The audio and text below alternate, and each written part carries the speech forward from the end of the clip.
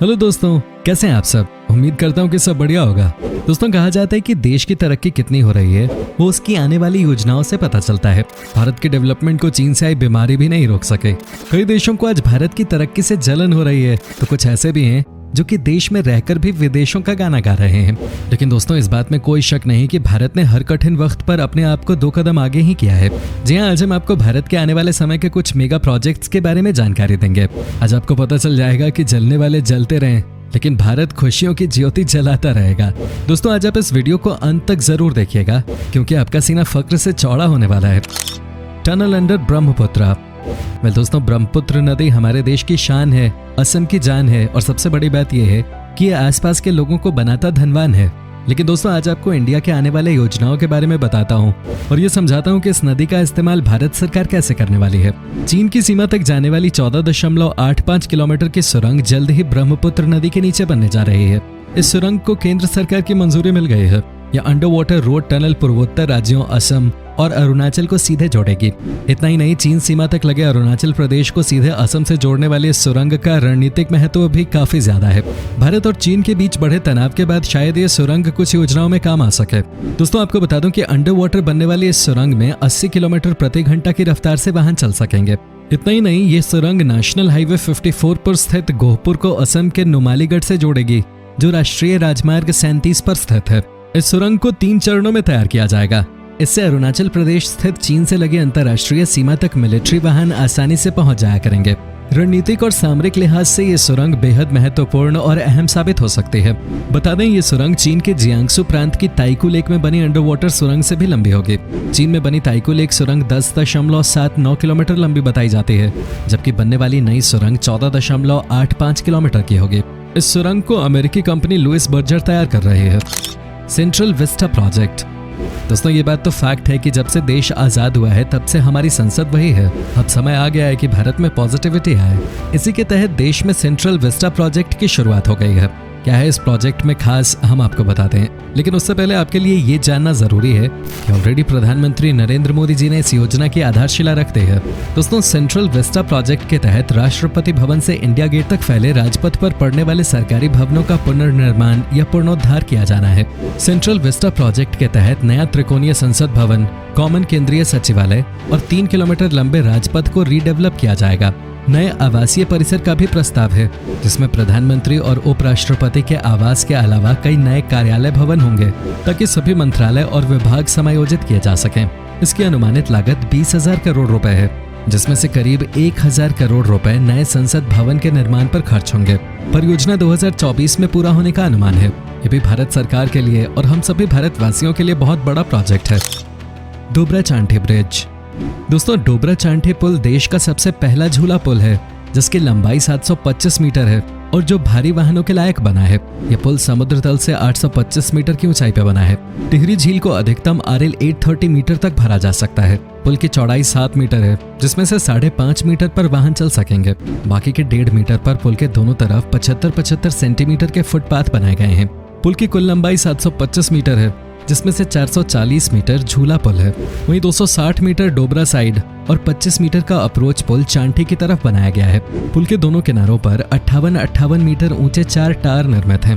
दोस्तों, आपको बता दें कि शुरुआती दौर से ही विवादों में रहे डोबरा चांठी पुल बनने से 2 लाख की आबादी के सपनों को पंख लगेंगे। जनता के संघर्षों से बने पुल से झील बनने के कारण अलग थलग पड़े प्रतापनगर वासियों के लिए पुल जीवन रेखा का काम करेगा।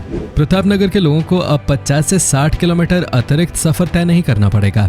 एक बात तो तय है कि जब आप इस ब्रिज को देखते हैं तो आपको लगता है कि वाकई में इससे ज्यादा खूबसूरत कुछ नहीं है। ये वर्ल्ड क्लास बनने वाला है, इसमें कोई शक नहीं। Dehradun smart city. दोस्तों, ये बात तो फैक्ट है कि हमारे देश में कई जगहों पर अलग अलग तरीके से स्मार्ट सिटीज को डेवलप किया जा रहा है। अलग अलग योजनाओं के तहत देहरादून को भी स्मार्ट सिटी बनाया जा रहा है। इन सभी योजनाओं को पूरा करने में करीब 1,000 करोड़ की लागत आने वाली है। इनमें 30 इलेक्ट्रॉनिक बसों के संचालन की योजना भी शामिल है। इसके अलावा CCTV कैमरे, और स्मार्ट रोड बनाने का काम भी चल रहा है। साथ ही परेड ग्राउंड, गांधी पार्क का पुनर्निर्माण हो रहा है। कुल मिलाकर अभी तक 1000 करोड़ में से 200 करोड़ रुपए खर्च हो चुके हैं। कुछ दिनों पहले मुख्यमंत्री त्रिवेंद्र सिंह रावत ने इलेक्ट्रॉनिक बसों के ट्रायल को हरी झंडी दिखाई है। इन बसों का संचालन स्मार्ट सिटी देहरादून के अलावा मसूरी, हरिद्वार और ऋषिकेश में भी किया जाएगा। इलेक्ट्रॉनिक बसों का सबसे ज्यादा फायदा पर्यावरण को मिलेगा। बसों की सहायता से प्रदूषण को कम करने में मदद मिलेगी। Rajgir glass bridge, Bihar. दोस्तों, बिहार बदल रहा है। यहाँ पे टूरिस्ट को अट्रैक्ट करने के लिए खूब काम हो रहा है। उसी को देखते हुए बिहार के राजगीर में ग्लास ब्रिज का निर्माण किया जा रहा है।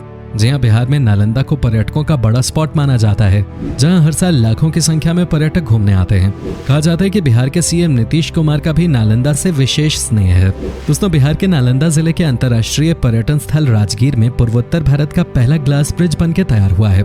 इसका मकसद पहले से ज्यादा देशी विदेशी पर्यटकों को बढ़ावा देना है। इसके अलावा वेणुबन की भी अत्याधुनिक तरीके से सजावट की जा रही है, ताकि पर्यटक यहाँ आकर अपने आप को गौरवान्वित महसूस कर सकें। चीन के हांगझोउ प्रांत में स्थित 120 मीटर ऊंचे ग्लास ब्रिज की तर्ज पे ही इसका निर्माण किया गया है। पर्यटन विभाग अपनी इस योजना के तहत कई तरह की तैयारियां कर रहा है और इस योजना को अंतिम रूप देने में लगा हुआ है। इसके तहत जू सफारी पार्क के अंदर नेचर सफारी पार्क का निर्माण कार्य किया जा रहा है, जिसमें पूर्वोत्तर भारत के पहले ग्लास ब्रिज का निर्माण कार्य कराया गया है। जू सफारी पार्क में आकर्षित करने वाले दर्शनीय पार्क का निर्माण हो रहा है। दरअसल बिहार का प्राकृतिक सौंदर्य राजगीर में जू सफारी पार्क में नेचर सफारी पार्क, तितली पार्क, आयुर्वेदिक पार्क, विभिन्न प्रजातियों के प्रसिद्ध देशी विदेशी पेड़ पौधों का देदार करने के लिए अब नए साल में बिहार वासियों को सौगात मिलने वाला है। इसके तहत राजगीर में बिहार का पहला ग्लास ब्रिज बनकर तैयार हो चुका है। पार्क इतना अत्याधुनिक और शानदार होगा कि ये पूर्वोत्तर भारत का सबसे अत्याधुनिक जू सफारी पार्क होगा, जहाँ पर तरह तरह के जीव जंतु होंगे। नालंदा बिहार समेत ये पूर्वोत्तर भारत के लिए खुशखबरी की बात है। सेंट्रल जू अथॉरिटी से भी जू सफारी पार्क को मान्यता मिल गई है। कहा जा रहा है कि इसी साल इसे आम जनता के लिए खोला जा सकता है। वाकई में हम सब इसके खुलने के इंतजार में हैं। दिल्ली देहरादून एक्सप्रेसवे। दोस्तों, जो लोग दिल्ली या देहरादून में रहते हैं उन्हें पता है कि इस रोड की क्या इंपॉर्टेंस होने वाली है। जी हाँ, समझिए कि 7 घंटे की जर्नी अब 3 घंटे में पूरी होगी। दोस्तों, देश की राजधानी दिल्ली से लेकर उत्तराखंड की राजधानी देहरादून तक Delhi Dehradun economic corridor green expressway के निर्माण पर करीब 15,000 करोड़ की लागत आएगी।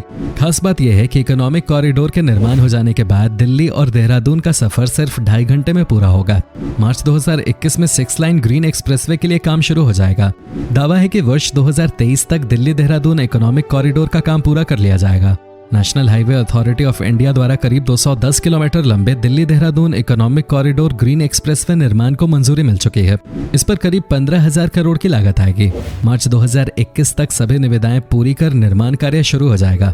साथ ही दोस्तों, 6 लाइन का एक्सप्रेसवे बनने से दिल्ली और देहरादून के बीच की दूरी घटेगी। ये एक्सप्रेसवे बागपत, शामली, मुजफ्फरनगर, सहारनपुर होते हुए देहरादून तक जुड़ेगा। इतना ही नहीं, एक्सप्रेसवे एलिवेटेड रोड और सुरंगों के माध्यम से हाईवे बनेगा। India's first lithium refinery. Well friends, Gujarat में भारत की पहली लिथियम रिफाइनरी स्थापित की जाएगी।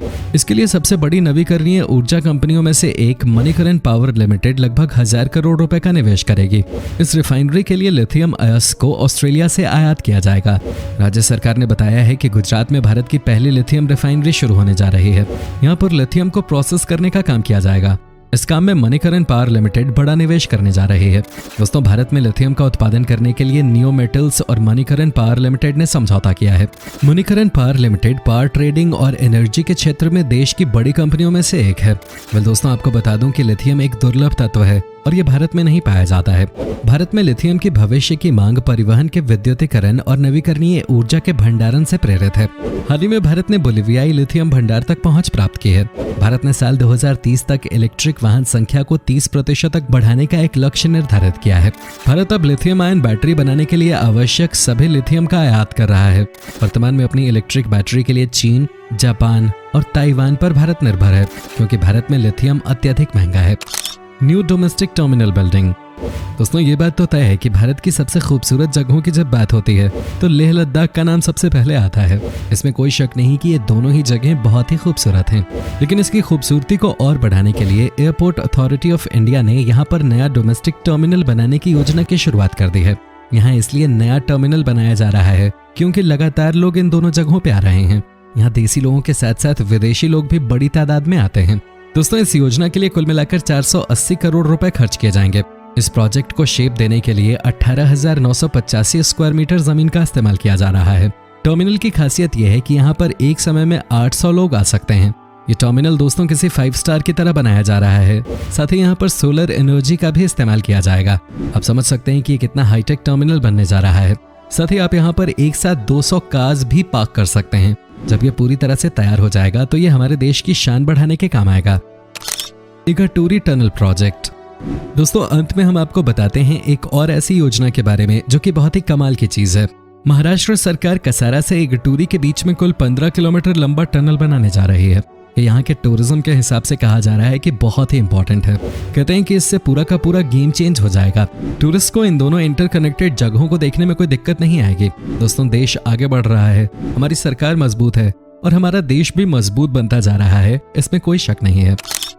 शिंकुला टनल। दोस्तों आपको बता दें कि शिंकुला टनल बनाने से मनाली कारगिल और मनाली लेह सामरिक मार्ग के बीच 12 महीने वाहनों की आवाजाही हो सकेगी और बर्फबारी में भी यातायात में रुकावट नहीं आएगी। शिंकुला टनल वास्तव में भारतीय सेना को संजीवनी देने का काम करेगी। टनल बनने से मनाली लेह और मनाली कारगिल के बीच 70 किलोमीटर की दूरी कम होगी। हालांकि पहले शिंकुला के नीचे 3 किलोमीटर लंबी टनल निर्माण का प्रस्ताव था। अब टनल के साउथ पोर्टल को शिंकुला दर्रे के नीचे से बदलकर दारचा के करीब 16 किलोमीटर मनाली लेह की तरफ पटसेऊ के समीप चिन्हित किया गया है। टनल की एक और खासियत यह होगी कि अब बारालाचा और तंग लंग दर्रे के नीचे और सुरंग बनाने की जरूरत नहीं होगी। टनल हिमाचल की तरफ से पटसेऊ से निकलकर जंस्कार की तरफ शिंकुला दर्रे से 10 किलोमीटर नीचे और जंस्कार के पहले गांव करग्या से 15 किलोमीटर पीछे निकलेगी। दोस्तों टनल के बनने से शिंकुला 16,600 फीट, बारालाचा 16,040 फीट और लाचुंगला 16,600 फीट ऊंचे जैसे दर्रों की चुनौतियां खत्म हो जाएंगी। यात्रा में करीब 5 से 8 घंटे कम लगेंगे। शिंकुला दर्रा होकर मनाली कारगिल की दूरी 515 किलोमीटर है। टनल बनने से दूरी 70 किलोमीटर कम होगी। निश्चित तौर पर देश की सरकार लगातार काम कर रही है। दोस्तों ये थे कुछ बेहतरीन प्रोजेक्ट्स जो जल्द ही आपको देखने को मिल जाएंगे। इन सब प्रोजेक्ट्स के कंप्लीट हो जाने के बाद भारत का एशियाई देशों के बीच दबदबा और ज्यादा बढ़ेगा। वैसे आपको इनमें से कौन सा प्रोजेक्ट सबसे खास लगा, हमें कमेंट करके जरूर बताएं। उम्मीद करता हूं कि आपको हमारा ये एपिसोड पसंद आया होगा। देश के लिए इस वीडियो को लाइक जरूर करें और इसे अपने दोस्तों के साथ शेयर भी करें। अगर आप ये वीडियो यूट्यूब पे देख रहे हैं तो चैनल को सब्सक्राइब कीजिए और अगर फेसबुक पर देख रहे हैं तो हमारे पेज को फॉलो कीजिए, क्योंकि हम आपके लिए रोज ही इस तरह के वीडियोस बनाते रहते हैं। फिलहाल मिलता हूँ आपसे अगली वीडियो में। अपना ख्याल रखिएगा। Bye bye.